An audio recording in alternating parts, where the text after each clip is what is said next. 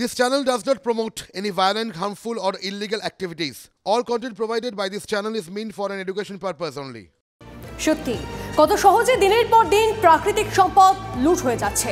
Police প্রশাসন আশ্বাস দিচ্ছে, নেতারা তোপ দাগছে, কিন্তু ছবিটা সেটা কোথায় বদলাচ্ছে বলুন তো? শুধু বালি পাথর চুরিই তো নয়, আরও অনেক চুরিই তো চারপাশে হচ্ছে। এই যেমন ধরুন না, বাঁকুড়ায় সেখানে ব্যাংক থেকেই নাকি স্বনির্ভর গোষ্ঠীর টাকা চুরি হয়ে গিয়েছে।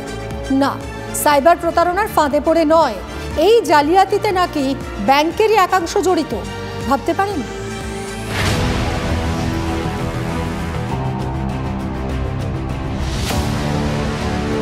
আর্থিকভাবে মা বোনেদের স্বাবলম্বী করতেই স্বনির্ভর গোষ্ঠীর ভাবনা, অথচ তাদেরই পকেট ফাঁকা করছে ব্যাংকের এক শ্রেণীর কর্মীরা।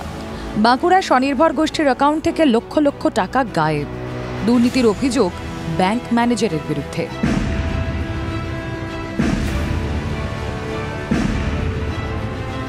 বাঁকুড়ায় রানীবাঁধ ব্লকের হলুদ কানালি এলাকায় রয়েছে বঙ্গীয় গ্রামীণ বিকাশ ব্যাংকের শাখা। এই ব্যাংকে শতাধিক স্বনির্ভর গোষ্ঠীর অ্যাকাউন্ট রয়েছে। জানা গিয়েছে 2023 সালের জুন থেকে ডিসেম্বর এই সময় স্বনির্ভর গোষ্ঠীর একাধিক অ্যাকাউন্টে গরমিল ধরা পড়েছে। কিছু অ্যাকাউন্টে লেনদেন বন্ধ ছিল। সেই সুযোগে স্বনির্ভর গোষ্ঠীর সদস্যদের অজান্তেই অ্যাকাউন্টে জমা টাকা সরিয়ে ফেলার অভিযোগ। সেই সঙ্গে স্বনির্ভর গোষ্ঠীর নামে ভুয়ো ঋণ বরাদ্দ করেও টাকা আত্মসাতের অভিযোগ। সম্প্রতি বঙ্গীয় গ্রামীণ বিকাশ ব্যাংকে ইন্টারনাল অডিট হয়, আর সেখানেই সর্ষের মধ্যে ভূত। অডিটে 68 লক্ষ টাকা সরিয়ে ফেলার হদিশ মিলেছে। দুর্নীতির অভিযোগ ব্যাংকের শাখা ম্যানেজারের বিরুদ্ধে। ম্যানেজারের বিরুদ্ধে রানীবাঁধ থানায় অভিযোগ দায়ের করেছেন ব্যাংক কর্তৃপক্ষ। ব্যাংক থেকে ম্যানেজার 68 লক্ষ টাকা নিয়ে নাকি গায়েব হয়েছে। 68 লাখ টাকার মতো দুর্নীতি হয়েছে। টাকা রাখছে এসএসজি গ্রুপ থেকে, যাদের টাকা মাসে মাসে জমা রাখছে, সেই টাকা আজকে তছরূপ হয়ে যাচ্ছে। শুধু স্বনির্ভর গোষ্ঠীর অ্যাকাউন্টই নয়, ব্যাংকের এই শাখায় আমজনতার টাকাও গচ্ছিত রয়েছে। সেখানেও কি থাবা বসিয়েছে জালিয়াতরা? গ্রাহকদের আশঙ্কা। তো অবশ্যই একজন গ্রাহক হয়ে আমার তো আতঙ্ক আছে। আমি আমার দীর্ঘদিনের সঞ্চিত কষ্টার্জিত টাকা আমি ব্যাংকে রাখছি, সেই ব্যাংকের টাকা যদি আজকে তছরূপ হয়ে যায় ব্যাংকের কাছ থেকে, আমরা খুবই একটা দুশ্চিন্তার মধ্যে আছি।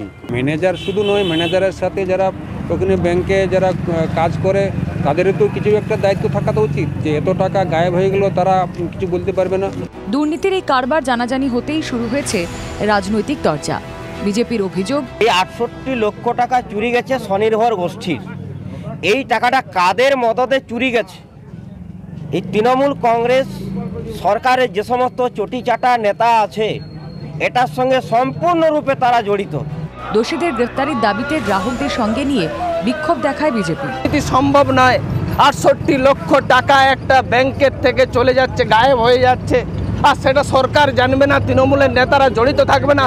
তা কখনো হয়? উপযুক্ত তদন্ত হোক এবং প্রত্যেকের সামনে আসুক। ব্যাংকের শাখায় লক্ষ লক্ষ টাকার দুর্নীতির অভিযোগে বিজেপির নিশানায় তৃণমূল কংগ্রেস। যদিও শাসক দলের পাল্টা দাবি, বিজেপি সবসময় তৃণমূলের আতঙ্কে ভুগছে, সবাইতে ওরা তৃণমূলের ছায়া দেখতে পাচ্ছে। ব্যাংকের টাকা তখন চুপ হচ্ছে, এটা তো ব্যাংকের কর্তৃপক্ষ এবং ব্যাংকের কর্মীরা যারা আছে তারাই বলতে পারবে, বা তারাই জানবে এটা কিভাবে তছরূপ হচ্ছে। এটার সঙ্গে রাজনীতির তো কোনো সম্পর্ক নেই। অভিযুক্ত ম্যানেজারের বিরুদ্ধে থানায় জমা পড়েছে অভিযোগ। তদন্ত করছে পুলিশ। এই নিয়ে শাসক বিরোধী তরজাও চলছে।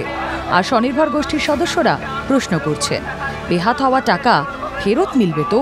বাঁকুড়া থেকে হীরক মুখোপাধ্যায়ের রিপোর্ট, TV9 বাংলা।